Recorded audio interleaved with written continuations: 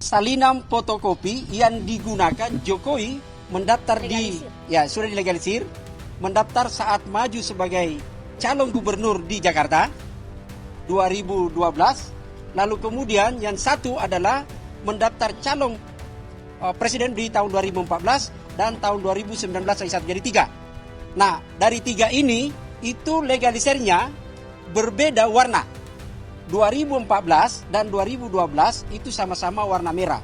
Sesuatu yang dalam pemahaman kita semua bahwa warna merah tidak boleh digunakan dalam dokumen persyaratan formil resmi. Nah, itu yang satunya adalah 2019 warna biru itu. Jadi itu jadi ada 3 kita sudah peroleh dokumen itu. Sampai kemudian ada yang lain-lain tidak dimiliki gitu ya. Itu yang ketiga. Simpulannya juga teman-teman adalah di dokumen legalisir itu baik yang 2012, 2014, 2019 tidak ada waktu, tanggal, hari dan tahun di sana. Nah, di sini kami waktu ke UGM itu sampai pada awalnya dinyatakan tidak dikuasai atau ada di Polda. Ada di Polda, ada yang tidak dikuasai. Ada yang tidak ada. Nah, karena sampai dengan tidak dalam kekuasaan kami. Nah, karena ini adalah ijazah informasi publik, maka kami kejar itu ke Polda karena itu tetap adalah informasi publik. Jadi kenapa ijazah ini informasi publik dan dokumen pendukungnya? Karena pernah digunakan untuk mendapatkan jabatan publik dan itu tidak berubah. Lalu apalagi yang kami dapat? Nah, yang kami dapat itu dari awalnya KPU tidak memberikan, KPU pusat menyatakan bahwa yang kami minta adalah informasi yang dikecualikan. Waktu itu ada keluar keputusan KPU yang 731. Tetapi untunglah kemudian diralat sehingga kami mendapatkan panggilan tanggal 1 untuk tanggal 2 tetapi berhalangan akhirnya dapat tanggal 10. Kami dapat 2 salinan legalisir ijazah yang digunakan tahun 2014 dan 2019 dan itu kami kunci ya.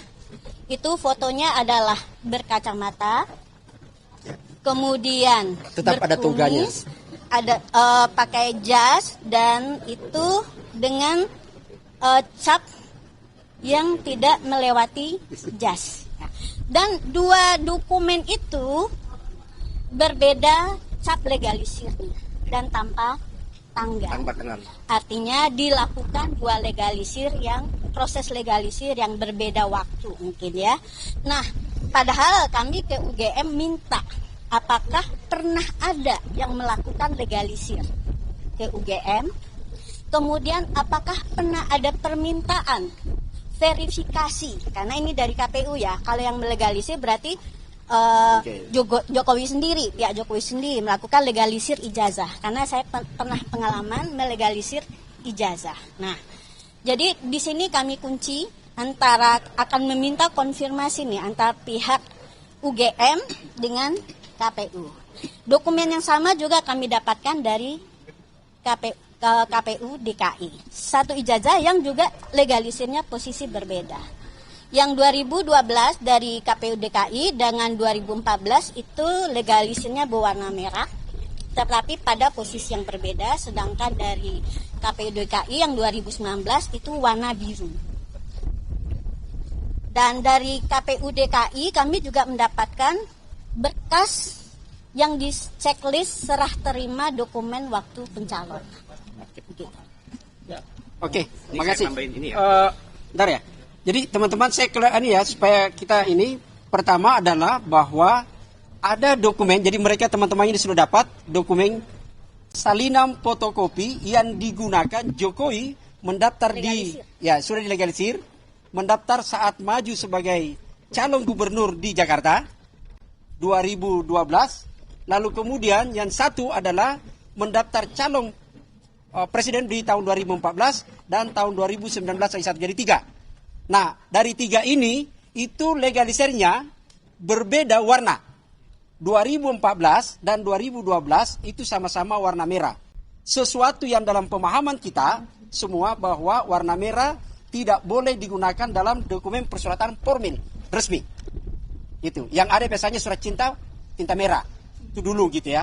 Nah itu yang satunya adalah 2019 warna biru gitu. Jadi itu saya sini, jadi ada 3 kita sudah peroleh dokumen itu, sampai kemudian ada yang lain-lain tidak dimiliki gitu ya. Itu yang ketiga, simpulannya juga teman-teman adalah di dokumen legalisir itu baik yang 2012, 2014, 2019 tidak ada waktu, tanggal, hari dan tahun di sana. Oke, jadi itu temannya. Nah, apakah itu pelanggaran seperti apa? Nanti kita dengar jawabannya dari UGM. Siapa lagi? Dan Pak, jadi boleh saya sampaikan sedikit ya. Kenapa kita sampai ke sengketa? Harusnya kalau itu dokumen diserahkan, ya itu nggak perlu sengketa. Kenapa? Karena KPU menutup sebagian informasi dan tidak memberikan beberapa informasi yang lain, terutama itu menutup sebagian. Lalu yang untuk Polda sama sekali tidak. Jadi UGM sama sekali kita tidak mendapatkan dokumen, tetapi KPU memberikan sebagian. Solo juga tidak sama sekali. Artinya ini nih, sesama KPU kebijakan tentang informasi publiknya, pemahamannya, penerapannya juga berbeda. Dan kami ingin upaya kami ini adalah penyelesaian menyeluruh dan untuk perbaikan sistem ke depan, baik pada keterbukaan informasi di integritas di dunia pendidikan. Dalam hal ini adalah persoalan ijazah palsu itu akan banyak ke depan. Yang kedua adalah bahwa di proses KPU harus dibenarkan, ya. Karena KPU sendiri mengaku mereka cukup dengan melihat bahwa ijazah itu fotokopi itu sudah dilegalisir, mereka tidak melakukan katanya verifikasi. Nah itu bisa fatal nanti. Oke, ini ada tambahan dikit, Bung Ahyar. Jadi saya ingin tambahkan ya, tadi mungkin udah disinggung sedikit tapi belum tersampaikan poinnya. Jadi kenapa kami mengajukan permohonan itu tidak hanya satu lembaga tapi UGM, KPU Solo, KPU DKI, KPU RI, dan Polda. Karena persoalan ijazah ini sebenarnya bukan hanya apakah dokumen fisik ijazah tersebut asli atau palsu. Tapi, jadi gini, dokumen itu secara fisik mungkin saja kertasnya asli, tintanya benar, fontnya benar, ditandatangani oleh pejabat yang berwenang, legalisirnya benar, mungkin saja seperti itu. Kami tidak tahu, kami tidak dalam posisi menilai itu. Tapi persoalannya tidak hanya apakah dokumen tersebut asli atau palsu, tapi apakah yang bersangkutan dalam hal ini Joko Widodo itu secara hukum itu dia berhak atau tidak terhadap dokumen tersebut. Karena secara hukum ijazah itu bisa diterima seseorang jika kira-kira 2. Jadi satu itu dia sudah menempuh pendidikan dan segala yang dibutuhkan untuk mendapatkan itu, dan kedua dia memenuhi syarat. Artinya bisa saja dia memenuhi pendidikan tapi misalnya IPK-nya kurang gitu. Nah, jadi kenapa kami juga meminta ke UGM itu tidak hanya salinan ijazahnya saja dan kalau bisa juga aslinya diperlihatkan, tapi juga seluruh dokumen akademik mulai dari masuk sampai dia lulus, jadi transkrip, KRS dan segala dokumen akademik pendukung. Jadi itu yang saya ingin tambahkan, bahwa kita tidak hanya ingin memastikan keaslian ijazah tersebut secara fisik, tapi juga memastikan bahwa yang bersangkutan itu secara legal berhak untuk mendapatkan dokumen tersebut.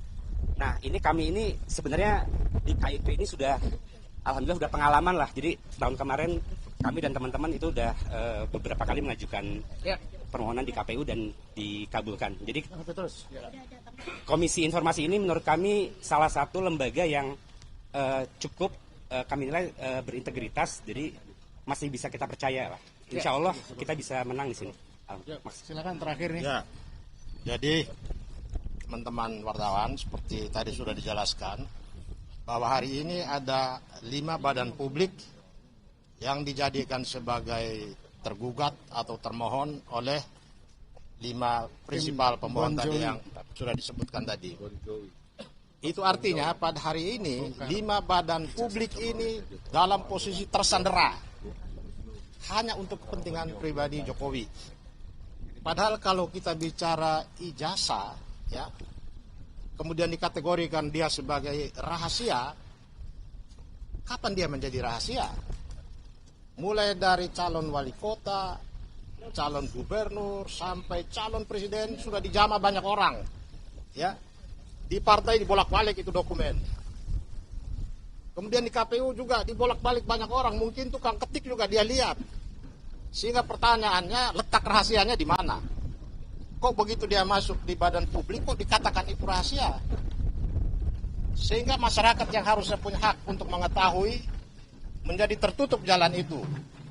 Sehingga hari ini, kelima prinsipal ini dengan itikat baik dan dengan sungguh-sungguh dan berharap agar Komisi Informasi Pusat tidak tersandera oleh kepentingan Jokowi dalam kaitan dengan ijazah ini. Cukup 5 badan publik itu tersandera, tapi Komisi Informasi Publik jangan sampai menempatkan diri sebagai juga lembaga yang disandera oleh kepentingan ijazah Jokowi. Itu saja, terima kasih. Pak, ini ada nubangan sedikit. Jadi ada saya kemungkinan dari Komisi Pusat Informasi ini si Pak Jokowi dipanggil untuk istilahnya untuk klarifikasi mungkin? Atau... Ya sangat tergantung kepada keberanian, kejujuran, itikat baik, nyali dari komisi ini sendiri. Ya, ini sedikit tambahan penutup ya. Ini penting. Ini penting. Dari pendaftaran sebagai wali kota, gubernur maupun presiden, apakah ijazahnya sama atau berbeda, Pak? Sejauh ini yang kami dapat dari KPU Jakarta dan KPU Pusat sama. Salinannya masih sama. Salinan yang ya coba persoalannya kan dokumennya itu kok ya disensor itu, ditutup dengan jadi beberapa informasi penting ditutup. Ya, jadi itu yang akan kami persoalkan di Komisi Informasi Publik. Dimanipulasi lagi oleh komisioner KPU yang tadinya tidak dicoret-coret, ditutup-tutup, Ditutup dengan di luar kewenangan mereka, mereka tip X, mereka tutupi. Kecuali di ijazah Jokowi itu tercantum penyakitnya atau tercantum identitas pribadi dia yang sifatnya rahasia, misalnya rekam medis. Ini kan tidak ada. Bahkan dulu KPU boleh tempel itu di tempat pengumuman bagi masyarakat yang ingin mengetahui rekam jejak seorang caleg, seorang calon bupati, gubernur, bahkan seorang calon presiden. Kenapa di era Jokowi ini tertutup semua? Nah, itu pertanyaannya. Maka KPI hari ini harus menjawab itu. Oke, jadi gini. Ini poin penting ya. Semua sudah kan diselesaikan. Ada poin penting bahwa 4 kali bersidang. Janjinya mau hadir di persidangan 4 kali bersidang, termasuk saya kan lawyernya, tidak pernah hadir. Ini kan kaitan Undang-Undang 43 2009 ya. Soal pasal 86 ya. Pasal 86. Dan adalah pasal Undang-Undang 18 ayat 2 KIP kan, untuk menunjukkan bahwa setiap pejabat publik itu wajib gitu ya.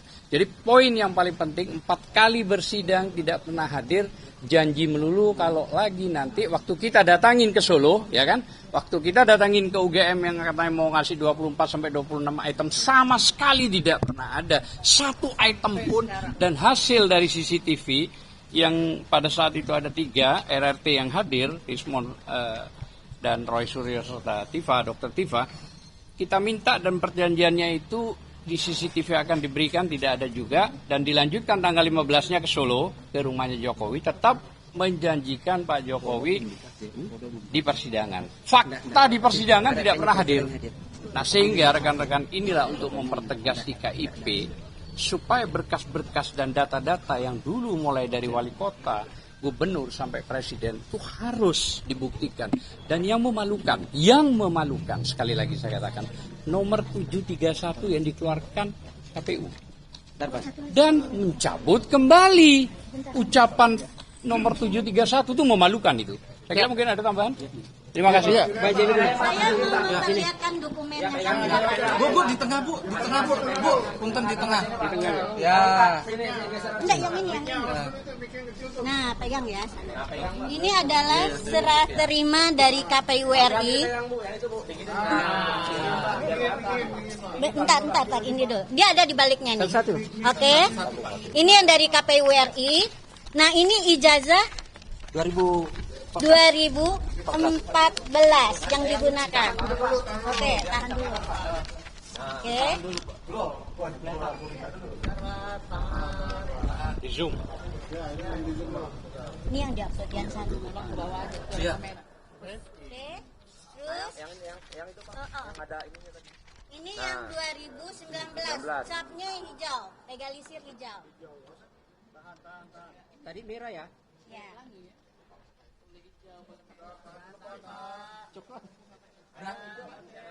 Ini yang diupload Dian Sandi. Pembandingnya ya, pembanding. Sebagai pembanding ini. Ya, yang katanya Aswar Mas. Ini udah satu lagi belakangnya. Ini jadi yang kita dapat dari KPU 2, satu warna merah 2014 dan hijau capnya.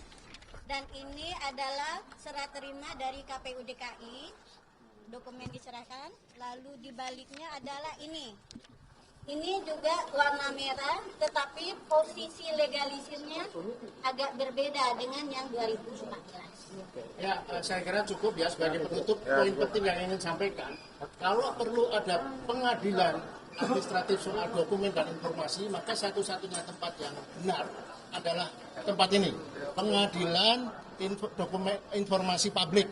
Karena tidak semestinya masyarakat rakyat yang ingin memastikan kejelasan ijazah asli atau palsu itu bukan diadili, tapi diselesaikan di Komisi Informasi Publik. Terima kasih. Kita akan. Jadi kami permohonannya adalah semua permohonan yang kami kirim ke 5 lembaga itu dikabulkan oleh majelis hakim. Dan kami percaya KIP ini termasuk lembaga yang masih cukup kredibel dan berintegritas. Jadi dan ini persoalannya sangat sederhana dalam secara peraturan perundangan. Jadi kami insya Allah yakin majelis hakim akan mengabulkan permohonan kami. Kalau begitu artinya ijazah aslinya bukan ijazahnya akan ditunjukkan. Mestinya begitu. Salinan itu insya Allah diberikan. Kalau aslinya itu nanti ya kami minta diperlihatkan, tapi itu semua kan tergantung ya catatan penutup juga ini. Jadi ke UGM kami meminta 20 jenis dokumen kepada KPU Pusat dan KPU Jakarta, KPU Solo kita meminta 7 jenis dokumen. Kepada Polda Metro Jaya kita meminta 8 jenis dokumen. Tapi sejauh ini yang kami dapatkan dari KPU Pusat dan KPU Jakarta cuma 4 dokumen. Dan KPU Solo tidak memberikan, hanya menjawab surat. Polda tidak menjawab sama sekali, dan UGM hanya menjawab surat tanpa pernah memberikan dokumen apapun selain menyebutkan 3 hal. Kami tidak menguasai dokumen itu. Kedua, dokumen itu dikuasai Polda. Yang ketiga, dokumen itu tidak ada. Terima kasih dan kita saksikan bersama persidangan hari pertama ini. Terima kasih. Ada tambahan nggak, Bu Mary? Tambahannya adalah dalam urusan tersangka ini harus dibuktikan dulu dokumen atau ijazahnya Bapak Jokowi.